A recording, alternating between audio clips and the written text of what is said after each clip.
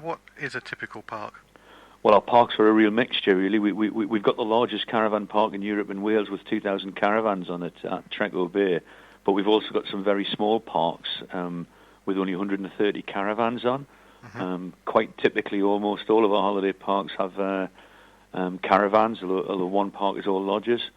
Those caravans are substantially double glazed and centrally heated now, and parks have a range of facilities including a bar, a restaurant, a small convenience store, an amusement arcade, and a range of entertainment and leisure facilities.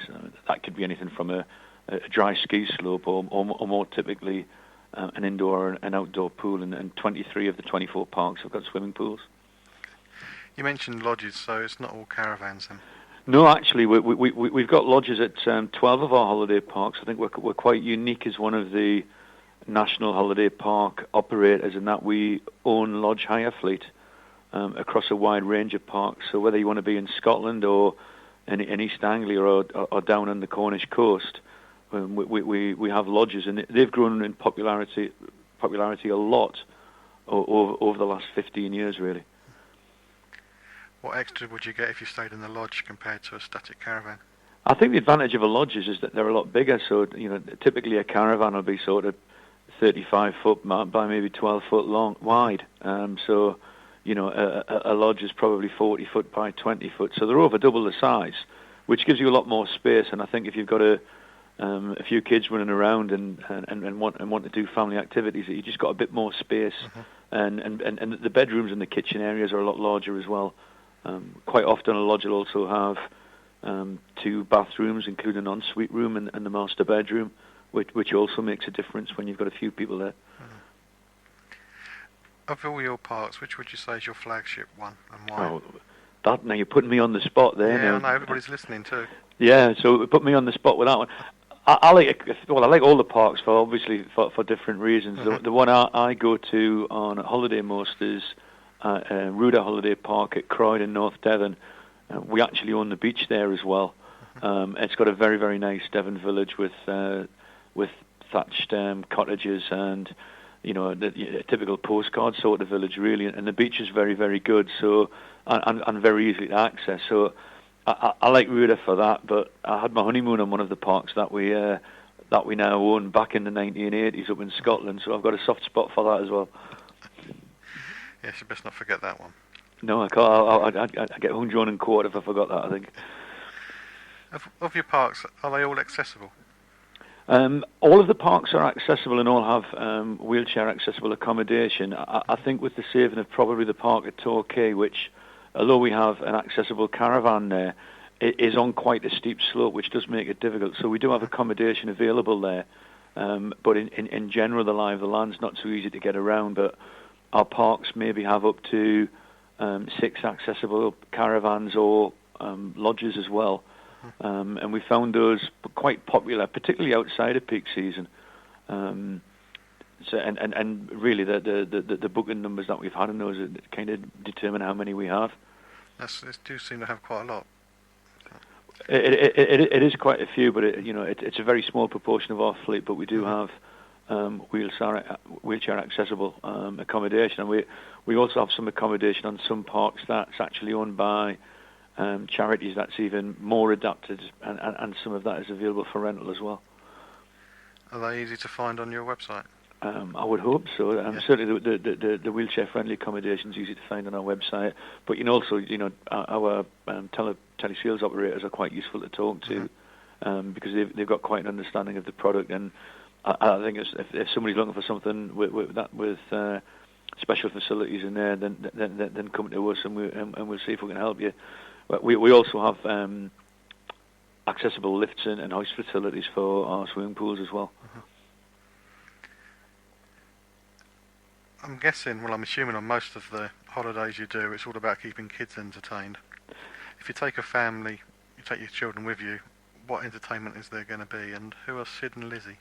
Well, Sid and Lizzie are kids' characters, Sid the Seagull and Lizzie the Lizard, so they're all children's characters, and in particular, they're there for either preschool children for the specialist sessions we have for our tots or for our sort of a 4 to 10-year-olds in our Starlanders Club. So Sid and Lizzie are very active. Sid's probably a little bit more mischievous than Lizzie is. And what they do is they do lots of different activities, but we have storybooks, we have puppet sessions, we have lots of activities where children, whether they're learning about the Romans or whether they're taking part in an activity where they're making things, that there are lots and lots of different things to do. And we encourage the parents to get active during the day. So during the day there are lots of smaller sessions, indoors and outdoors, nature trails, lots of things for the kids to get involved in, because outside of the school holidays, our market is predominantly preschool children and very young children. So, we get lots of people there outside of the school holidays. So our preschool kids are very much a focus for us. What about the adults? Is there anything set up for them? Well, there's entertainment in the evening for adults as well. But what we find is we a lot of the adults, they want to spend time with their children. So the activities are really organised. Especially in the early evening, where we've got sort of party games and dances and various things, where mum and dad or grandma and granddad can join in with the kids as well. I don't have kids, but I have dogs. Well, a dog and 2 cats. Are your parks pet friendly?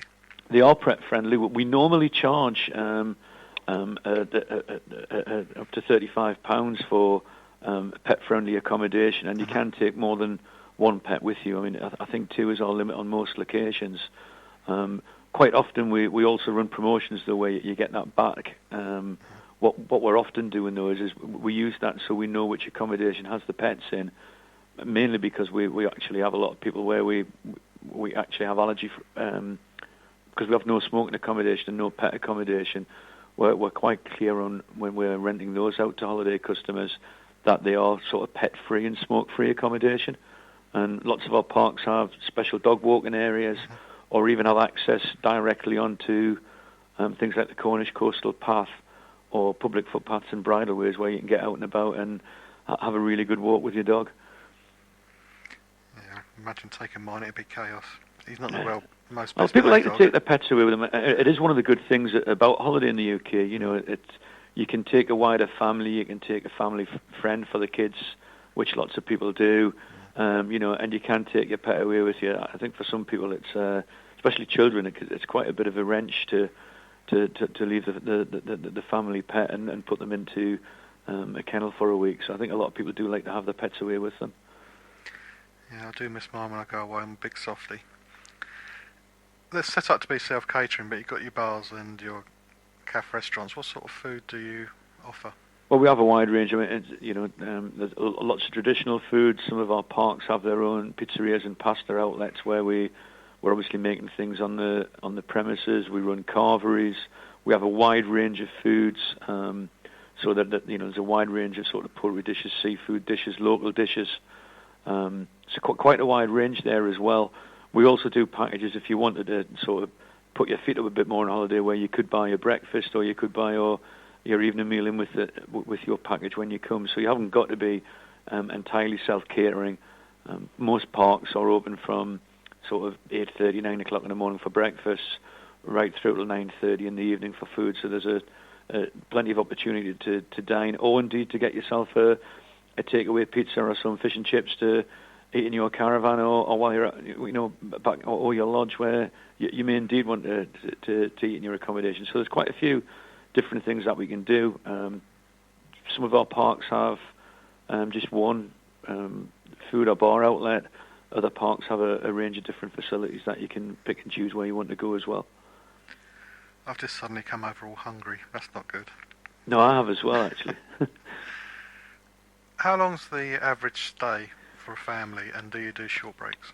Well, probably about 70% of our customers are now short breaks, and I think that's been the big difference to UK holidays, really, over the 25 years I've been in the sector.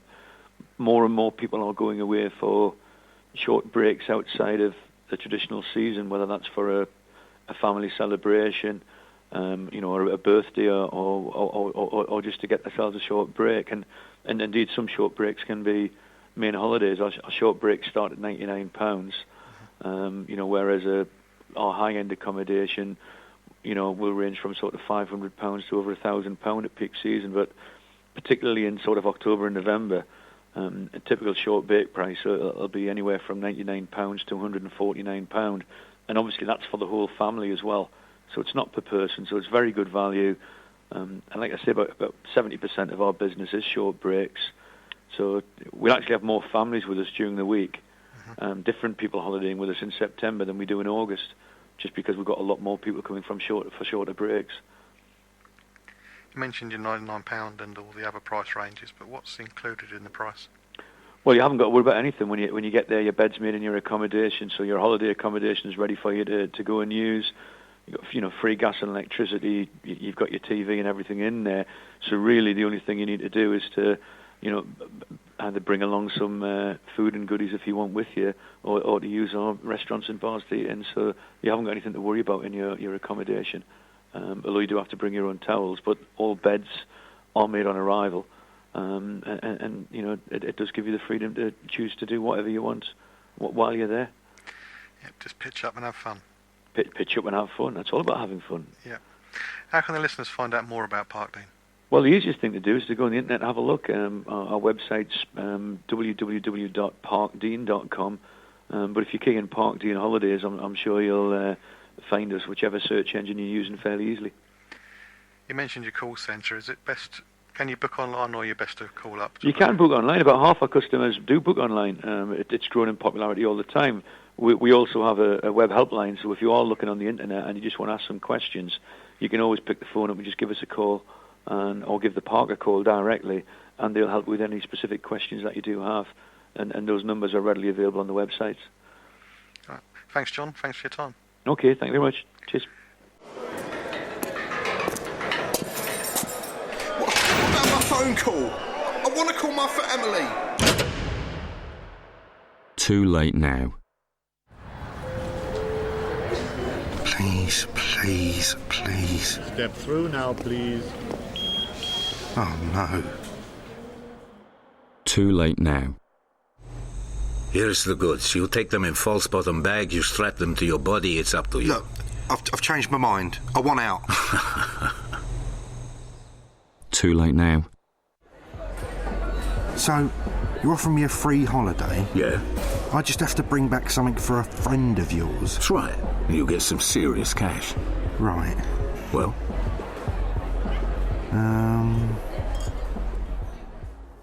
Not too late. Don't get talked into trafficking drugs. Once you're in, the British government can't get you out. Don't throw your life away. Checking it out before you check in on the John Guinn Travel Show on ukhealthradio.com.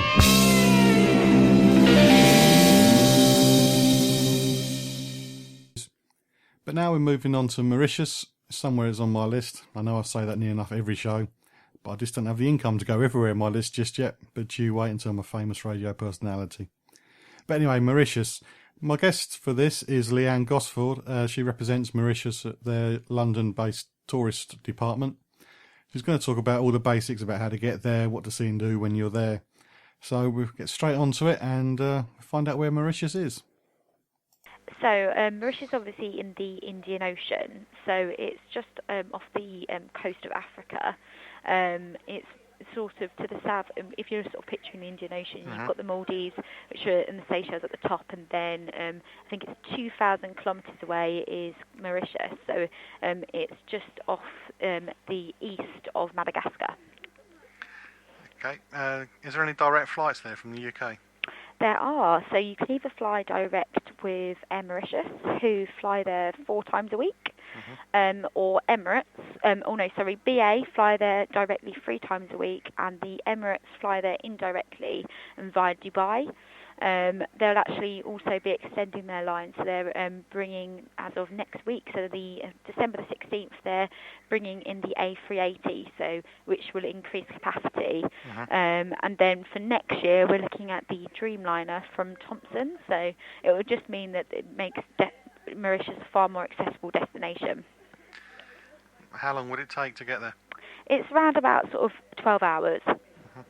But the joy of it is there's only sort of 4 hours time difference, so it doesn't really mean that you'll have that much jet lag.